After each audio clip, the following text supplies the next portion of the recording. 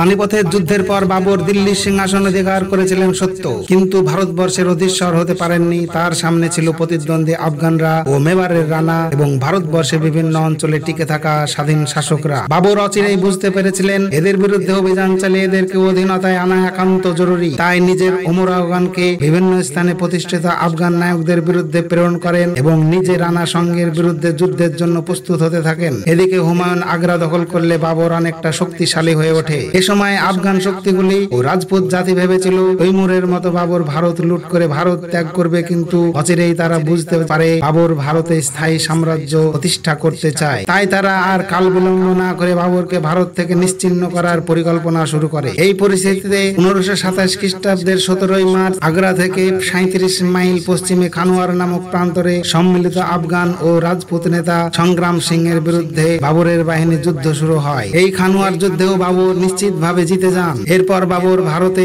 নিজেকে সুপ্রতিষ্ঠিত করার লক্ষ্যে 1527 সালের 17 এপ্রিল মেওয়াটের রাজধানী আলোয়ার অধিকার করেন। 1528 সালে চান্দেরি দুর্গ দখল করেন। 1529 সালের এপ্রিল মাসে চুনারের যুদ্ধে ও মে মাসে গাদা ও ঘরঘরার যুদ্ধে আফগানদেরকে পরাজিত করেন। বিহারের শাসক দালাল খাঁ বাবরের অধীনতা স্বীকার করেন এবং বঙ্গদেশের সুলতান নুসরাত শাহ বাবরের সাথে সন্ধি করেন। এইভাবে একের পর এক সাফল্য ভারতে বাবরকে টিকে থাকার পথ প্রস্তুত করে দেয়। অল্প বয়সে পিতৃহারা ও পিতৃরাজ্যহারা বাবর তার যাযাবর জীবনের অবসান ঘটিয়ে নিজের ত্যাগ ও তিতিক্ষাকে সম্বল করে ভারতবর্ষের ভাগ্য বিধাতার পদে অভিষিক্ত হন। কিন্তু তিনি আগ্রায় হঠাৎ অসুস্থ হয়ে পড়েন এবং 1530 সালের 26 ডিসেম্বর মাত্র 48 বছর বয়সে বাবর শেষ নিঃশ্বাস ত্যাগ করেন। তিনি তেমন কোনো শাসন পরিকাঠামো তৈরি করে যেতে পারেননি। এরপর সাম্রাজ্যের পুরো দায়িত্ব অর্পিত হয় একমাত্র ছেলে হুমায়ুনের। মুঘল সম্রাট হুমায়ুনকে নিয়ে পরবর্তী ভিডিওটি দেখতে মেধার আওয়াজ চ্যানেলটি সাবস্ক্রাইব করে পাশে থাকবেন।